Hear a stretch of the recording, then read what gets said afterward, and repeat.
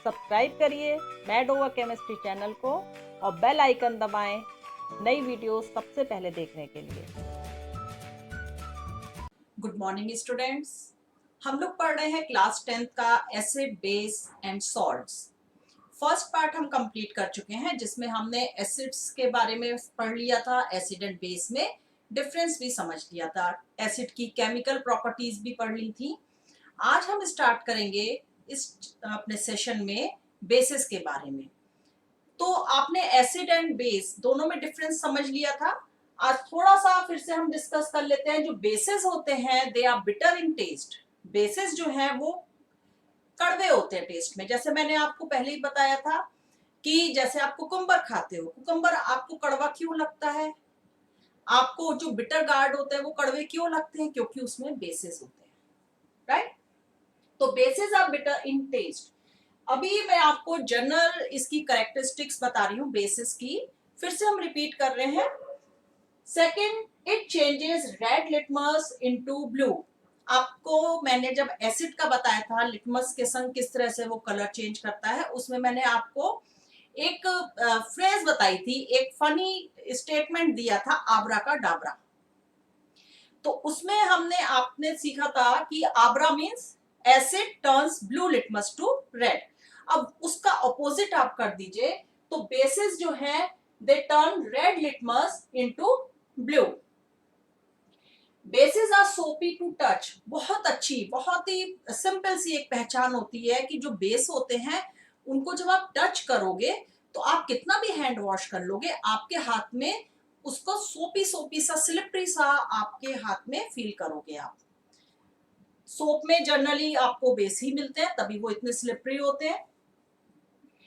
Basis produce OH ions when mixed with water.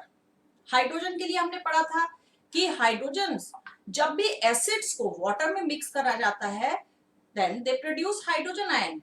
और bases के case में क्या होता है, जब बेसिस को वाटर में आप डिसॉल्व करोगे, मिक्स करोगे, then they will produce OH ion, hydroxides ion. कुछ नेचुरली अकरिंग बेसिस हम देख लेते हैं। बहुत इंपॉर्टेंट ये बेसिस हैं और जो आप डिटेल में पढ़ोगे तो पहले इनके नाम आपको याद करने जरूरी है। Calcium oxide is lime, sodium carbonate washing soda, sodium bicarbonate baking soda. तीनों नेचुरली अकरिंग है, नेचर में अपने आप ये मिलते हैं और कॉमनली यूज होते हैं। आपने देखा होगा आपके आसपास, आपके घर में कॉमनली ये यूज होते हैं। कैल्शियम ऑक्साइड क्या होता है, ये व्हाइट वॉशिंग में यूज करा जाता है। सोडियम कार्बोनेट वॉशिंग सोडा होता है, जो भी वॉशिंग डिटर्जेंट्स वगैरह होते हैं उनमें ये मिक्स करा जाता है। सोडियम बाइकार्बोनेट बेकिंग सोडा होता है, जब भी आपके घर में कोई बेकरी का आइटम बन रहा होता है तो आपकी मदर उसमें बेकिंग सोडा डालती है। इससे क्या होता है, कार्बन डाइऑक्साइड प्रोड्यूस करता है और थोड़ा सा फ्लफी बनाता है एंड कुकिंग को जो है वो फास्ट कर देता है। बेकिंग जो करते हैं हम, जो भी बेकरी आइटम्स की, उसको फास्ट कर देता है। अब बेसिस को जैसे हमने एसिड्स को डिवाइड करा था strong acid and strong base, strong acid and weak base acid में, उसी तरह से हम बेसिस को भी कैटेगराइज करेंगे strong bases and weak bases में। स्ट्रॉन्ग बेसिस कौन से होते हैं? When mixed with water produce more OH ions. Strong acids में क्या होता था, जब उनको वाटर में मिक्स करते थे तो they produce more hydrogen ion, और ये हम लेबोरेटरी में चेक करते हैं। स्ट्रॉन्ग बेसिस के केस में जब, क्योंकि बेसिस को हमने पढ़ लिया है कि they produce OH ion when mixed with water, तो जब इनको वाटर के संग मिक्स करेंगे तो जो स्ट्रॉन्ग बेस होंगे वो ज्यादा OH आयंस प्रोड्यूस करेंगे सॉल्यूशन में। वीक बेस कौन से होंगे? When mixed with water produce lesser number of OH ions. जो lesser number of OH ions produce करेंगे वो होते हैं वीक बेस। इनके एग्जांपल आपको याद करने हैं, इनके नेम मैं अभी आपको बोलूंगी और आप साथ साथ नोट डाउन करोगे। NaOH is sodium hydroxide, KOH potassium hydroxide, CaOH whole twice calcium hydroxide. ये जो तीनों बेस आप पढ़ रहे हो ये बेस स्ट्रॉन्ग बेसिस की कैटेगरी में आते हैं। अब हम देख लेते हैं वीक बेस कौन से होते हैं। MgOH whole twice magnesium hydroxide, इसको हम मिल्क ऑफ मैग्नीशिया भी कहते हैं। अभी इसके बारे में मैं डिस्कस करूंगी। Ammonium hydroxide NH4OH is ammonium hydroxide. तो हम बात कर लेते हैं मैग्नीशियम हाइड्रोक्साइड की, जिसको हम मिल्क ऑफ मैग्नीशिया भी कहते हैं। मिल्क ऑफ मैग्नीशिया ये बहुत इंपॉर्टेंट क्वेश्चन है और इसको आप मार्क कर लीजिएगा, ये आपके बोर्ड एग्जामिनेशन में पूछा जाता है। मिल्क ऑफ मैग्नीशिया जो भी आप एंटा एसिड्स लेते हो, डाइजीन हो या जेलोसिल हो या कोई भी एंटा एसिड जो आप लोगे, जो मैंने ये कॉमन दो मेडिसिन के नाम लिए, ये बहुत कॉमनली यूज करे जाते हैं और विदाउट डॉक्टर के प्रिस्क्रिप्शन के भी यूज करे जाते हैं घरों में, तो मैंने इसीलिए इन दो का नाम लिया है।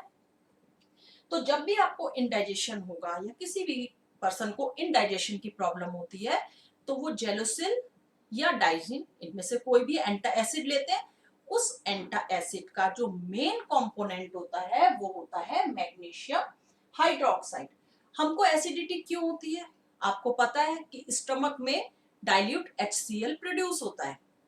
जब हम बहुत गड़बड़ चीजें खाते हैं, फास्ट फूड खाएंगे या बहुत इरेगुलर डाइट अपनी रखते हैं, बहुत इरेगुलर हमारा रूटीन होता है, तो वो एसिड जो है वो ज्यादा प्रोड्यूस करना शुरू कर देता है स्टमक, और उसकी वजह से हमको एसिडिटी की प्रॉब्लम होने लगती है। अब उस एसिड को आप कैसे सप्रेस करोगे, कैसे कंट्रोल करोगे, कैसे बैलेंस करोगे? उसको बेस हम देंगे, तो बेस जो है उसको न्यूट्रलाइज कर देगा। ये अभी इस टॉपिक के बाद हम न्यूट्रलाइजेशन रिएक्शन पढ़ेंगे, तब भी इसको समझेंगे।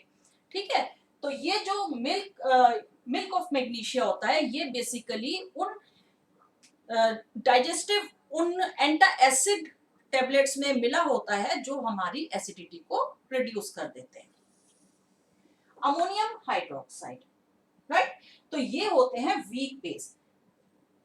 इसके बाद हम देखते हैं रिएक्शन, इसकी केमिकल प्रॉपर्टीज, या अभी मैंने जो आपको बताया है कि it produce OH ions when mixed with water.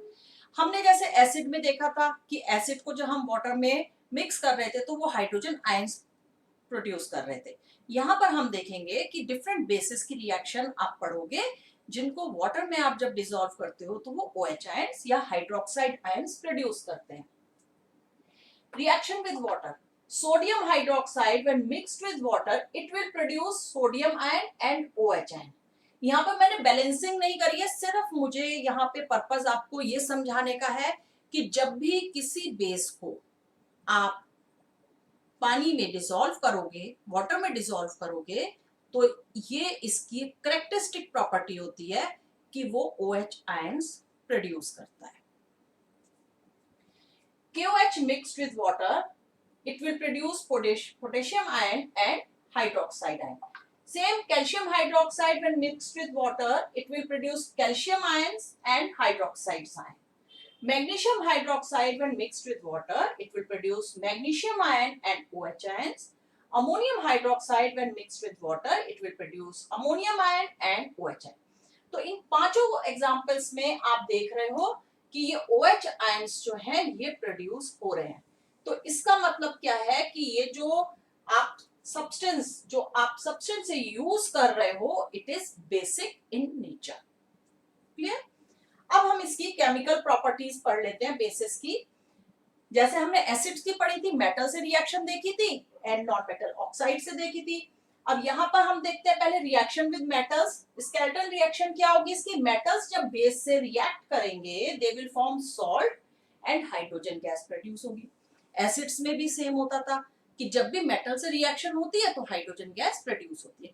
ये क्वेश्चन आपका एग्जाम में आता है, इसको आप नोट डाउन कर लीजिए कि जब भी एसिड या बेस मेटल के संग रिएक्शन करेंगे तो कौन सी गैस प्रोड्यूस होगी? Hydrogen gas.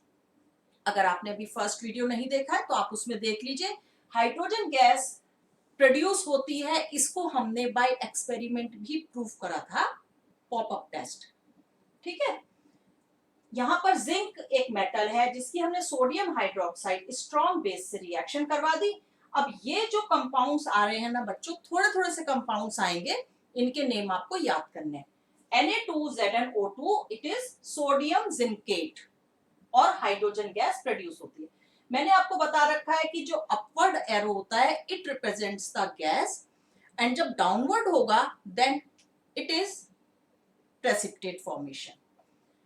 सेकेंड हम देख लेते हैं reaction with non metallic oxides. Non metallic oxides कौन से होंगे? जो नॉन मेटल होंगे, क्लोरीन, फ्लोरीन, कार्बन, नाइट्रोजन, ये सब क्या है? नॉन मेटल्स है। तो इनके ऑक्साइड्स के संग जब रिएक्शन होगी किसी भी बेस की, तो क्या बनता है? तो सॉल्ट बनता है एंड वाटर बनता है, वाटर प्रोड्यूस होता है। ये आपको बहुत इंपॉर्टेंट है, ये आपके एग्जाम में जरूर पूछा जाता है।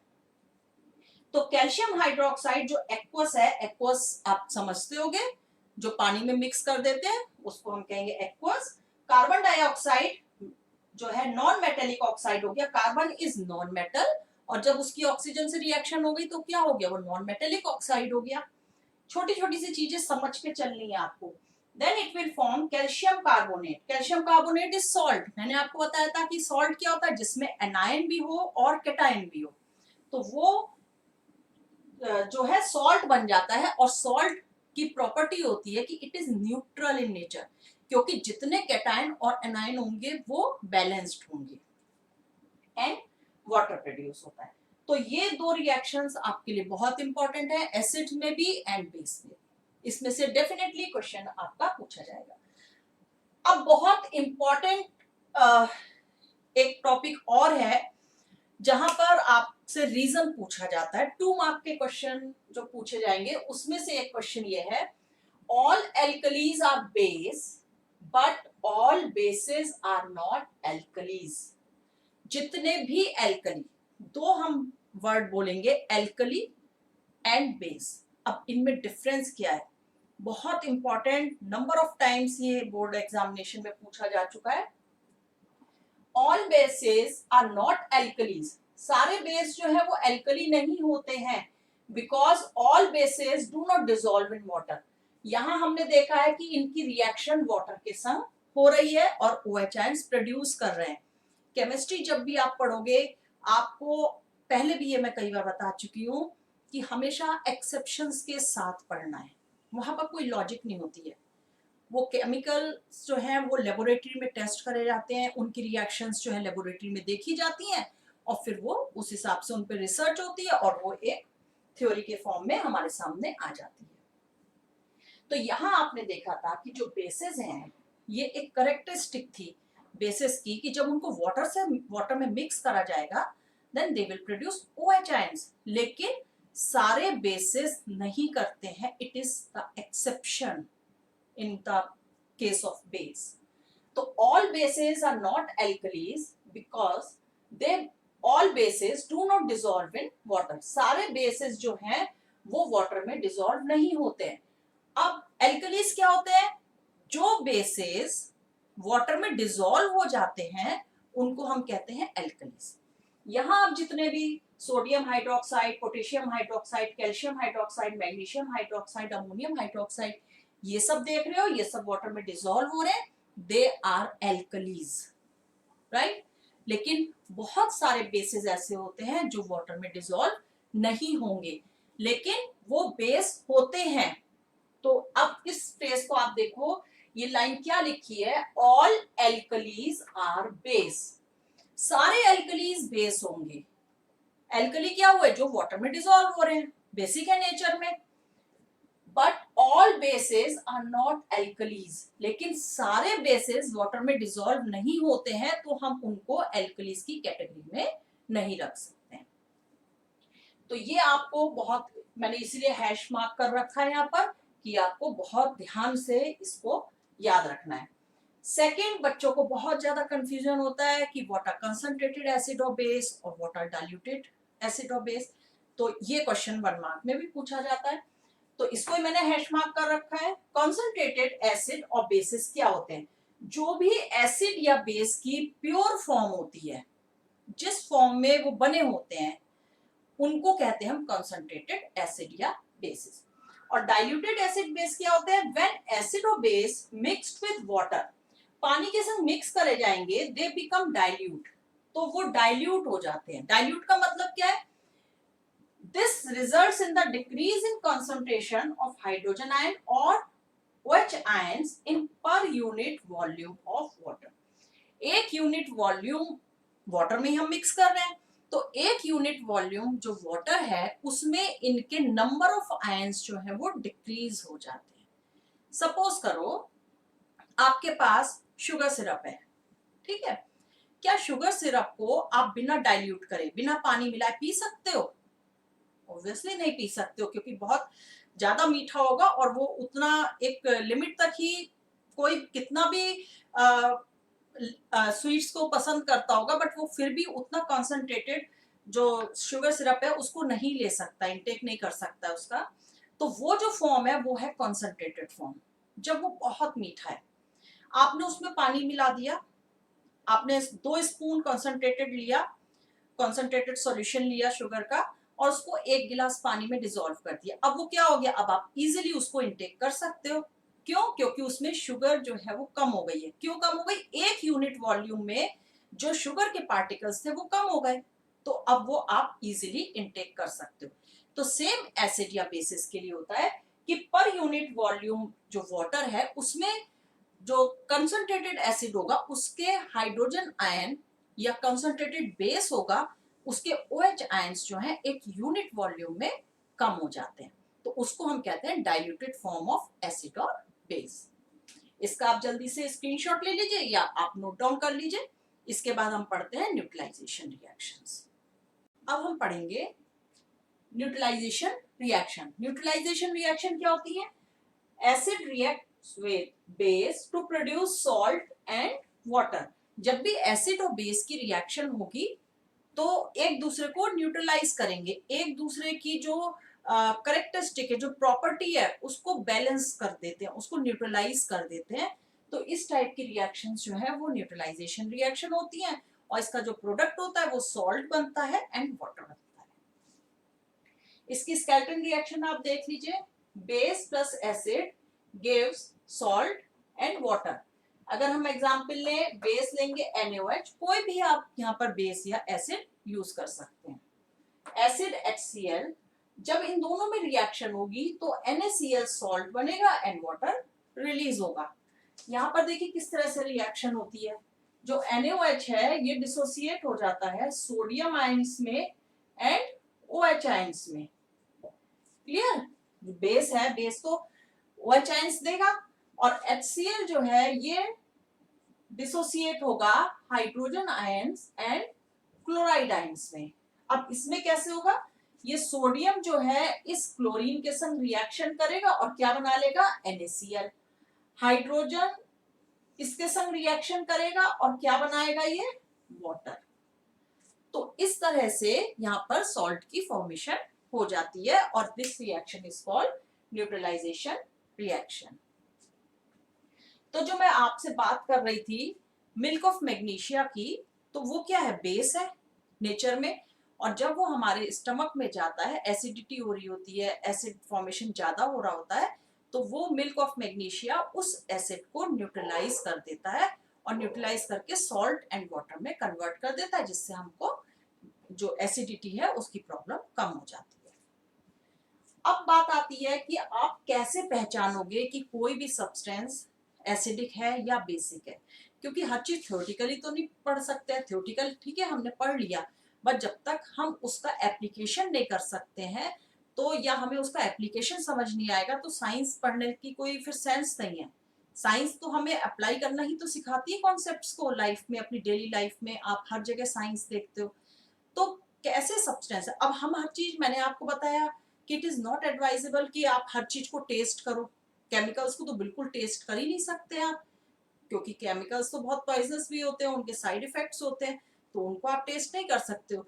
तब कैसे आप चेक करोगे कि कौन सा सब्सटेंस एसिडिक है और कौन सा बेसिक है? क्योंकि जो बेसिक हमने कैरेक्टरिस्टिक बताई थी उसमें हमने बताया था acids are sour in taste and bases are bitter in taste. या आप टच भी नहीं कर सकते हो हर चीज को। अगर आप HCl को टच करके देखो आपके ब्लिस्टर हो जाएंगे। H2SO4 को टच करो, आप NaOH को टच करो, KOH को टच करो, आपके ब्लिस्टर्स हो जाएंगे। तो हर चीज हम टच करके भी नहीं देख सकते, तो कोई तो मेथड ऐसा होगा जिससे हम ये देखेंगे कि जो सब्सटेंस हमारे आसपास सराउंडिंग्स में है वो एसिडिक है नेचर में या बेसिक है नेचर में। तो उसके लिए आते हैं इंडिकेटर्स। कुछ इस तरह के सब्सटेंसेस होते हैं जो एसिड या बेस के कांटेक्ट में आने पर या तो अपना कलर चेंज कर लेंगे या अपनी ओडर चेंज कर लेंगे। ओडर मतलब स्मेल चेंज कर लेंगे। तो indicators are the substances that change their colour और odour when added into an acid और एन अल्कलाइन सॉल्यूशन। अल्कलाइन लिया है हमने यहाँ पर क्योंकि जो वाटर में डिसॉल्व हो जाए, किसी सॉल्यूशन को ही हम यूज कर सकते हैं। अब इसके कितने टाइप होते हैं इंडिकेटर्स के, यहाँ पर हम देखेंगे कि ये 4 टाइप के इंडिकेटर्स होते हैं। नेचुरल इंडिकेटर, नेचुरल इंडिकेटर जो नेचर में हमको इजीली अवेलेबल होते हैं, जैसे लिचेंस का मैंने आपको एग्जांपल दिया था। लिटमस जो सॉल्यूशन है, जो पर्पल कलर का जो एक्सट्रैक्ट आता है वो लिचेंस से आता है, तो वो होता है natural. Found in nature like in the plant, example litmus solution या रेड कैबेज आपने देखा होगा, रेड कैबेज लीव्स हो गई, टर्मरिक हल्दी हो गई, coloured petals of some flowers, कुछ फ्लावर्स के, हमें स्पेसिफाई नहीं करूंगी उन फ्लावर्स को क्योंकि उतना जरूरी नहीं है आपके लिए उन फ्लावर्स के लिए, लेकिन हाँ जो कुछ कलर्ड फ्लावर्स की लीफ होती हैं उनको कलर के लिए, इंडिकेटर के लिए यूज करा जाता है। अब जरा हम देख लेते हैं कि इनका क्या इफेक्ट होता है एसिडिक मीडियम में एंड बेसिक मीडियम में।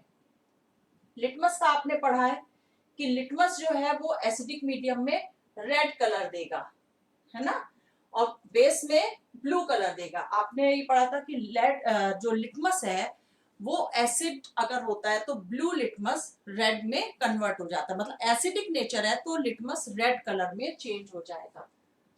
लिटमस अगर एसिड है तो उसमें रेड कलर में चेंज हो जाएगा, और अगर बेस है तो वो ब्लू कलर में। इसको इस तरह से भी याद रख सकते हो, B for basic and B for blue. Red cabbage का जो एक्सट्रैक्ट होता है, जो जूस होता है, वो एसिडिक मीडियम में रेड कलर का ही रहेगा लेकिन बेसिक मीडियम में ग्रीन कलर का हो जाएगा। टर्मरिक है वो एसिडिक मीडियम में येलो कलर की रहेगी और बेसिक मीडियम में रेड या ऑरेंज से कलर की हो जाती है। ये इंडिकेटर्स पर एक क्वेश्चन डेफिनेट आपको मिलेगा एग्जाम में, तो ये आपको याद करना है। टर्मरिक की अगर हम बात कर लें, अगर आप कभी खाना खाते हुए अगर आपके कभी कपड़ों में, शर्ट में गिर जाता है कोई वेजिटेबल, आप जो भी खा रहे हो, तो उसमें स्ट्रेन आ जाता है टर्मरिक का। अब आप कभी इस चीज को नोटिस करना, जब आप उसके ऊपर सोप लगाओगे तो उसका कलर चेंज हो जाएगा, वो रेडिश ऑरेंज से कलर का हो जाता है। तो वो क्यों होता है, क्योंकि सोप हम पढ़ के आए हैं कि बेसिक होता है नेचर में, और जब वो टर्मरिक बेस के संग रिएक्शन करती है तो वो रेडिश ब्राउन, मैं यहाँ लिख देती हूँ, रेडिश ऑरेंज या रेडिश ब्राउन कलर जो है इसका बन जाता है। ठीक है, रेड ब्राउन कलर या रेडिश ब्राउन कलर जो है वो चेंज हो जाता है। तो ये तो हो गई नेचुरल इंडिकेटर्स। सेकंड आते हैं सिंथेटिक इंडिकेटर्स। सिंथेटिक इंडिकेटर्स जो हम लेबोरेटरी में बनाते हैं, तो क्योंकि हर जगह देखो, स्ट्रेंथ की बात करेंगे तो जो नेचुरल चीजें हैं वो थोड़ा सा उन स्ट्रेंथ उनकी कम होती है और अवेलेबिलिटी भी कम रहती है, हर जगह तो हमको नहीं मिल जाएगा।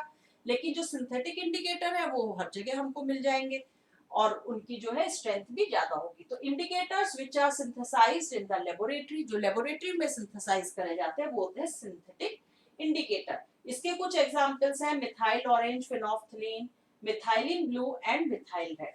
जिसमें ये दो इंपॉर्टेंट है, ये आपसे एग्जाम में पूछे जाते हैं और सारे इंडिकेटर्स आपको लर्न करने हैं। फिनोल्फथलीन एसिडिक मीडियम में अगर हम किसी एसिडिक सॉल्यूशन में फिनोल्फथलीन को डालेंगे तो वो कलरलेस हो जाएगा, और अगर न्यूट्रल सॉल्यूशन में डालेंगे, क्योंकि न्यूट्रल का मतलब क्या है कि ये होता ही नेचुरली जो है फिनोल्फथलीन वो कलरलेस होता है। तो न्यूट्रल सॉल्यूशन का मतलब वही है कि अगर ना वो एसिड है ना वो बेस है तो उसमें ये कलरलेस ही रहते हैं, और एसिड सॉल्यूशन में भी वो कलरलेस रहेंगे, लेकिन जहां उनको बेसिक सॉल्यूशन मिलेगा वो पिंक कलर में चेंज हो जाएंगे। ऐसे अगर हम मिथाइल ऑरेंज की बात करेंगे तो मिथाइल ऑरेंज जो है वो एसिडिक मीडियम में रेड कलर शो करेगा और न्यूट्रल मीडियम में ऑरेंज रहेगा, क्योंकि देखो मिथाइल ऑरेंज है तो ये ऑरेंज कलर का होता है न्यूट्रल मीडियम में, और बेसिक मीडियम में ये येलो कलर का हो जाता है। तो इसके ऊपर मैं एक आपको ट्रिक्स भी डाल दूंगी, जल्दी मैं एक वीडियो डाल दूंगी जहां पर आप ट्रिक्स से ये याद कर पाओगे इंडिकेटर। जब तक वो वीडियो नहीं आती है तब तक आप इस तरह से इसको कोशिश करेंगे लर्न करने की। नेक्स्ट इंडिकेटर आते हैं ऑल्फैक्टरी इंडिकेटर। ऑल्फैक्टरी मतलब आपने ऑल्फैक्टरी नर्व सुना है। ऑल्फैक्टरी नर्व होती है जो स्मेल करने के लिए, जो नोज से ब्रेन तक जाती हैं, वो ऑल्फैक्टरी नर्व्स होती हैं। तो ऑल्फैक्टरी नर्व्स, ऑल्फैक्टरी इंडिकेटर क्या हुआ? Those substances whose odour changes in acidic और बेसिक मीडियम, जिनकी स्मेल चेंज हो जाती है। एसिडिक मीडियम में कोई और स्मेल होगी, बेसिक मीडियम में कोई और स्मेल होगी। एग्जाम्पल वनीला, बहुत ज्यादा फेमिलियर हो गए, आइसक्रीम में, केक्स में आप बहुत ज्यादा वनीला एसेंस यूज करते हैं।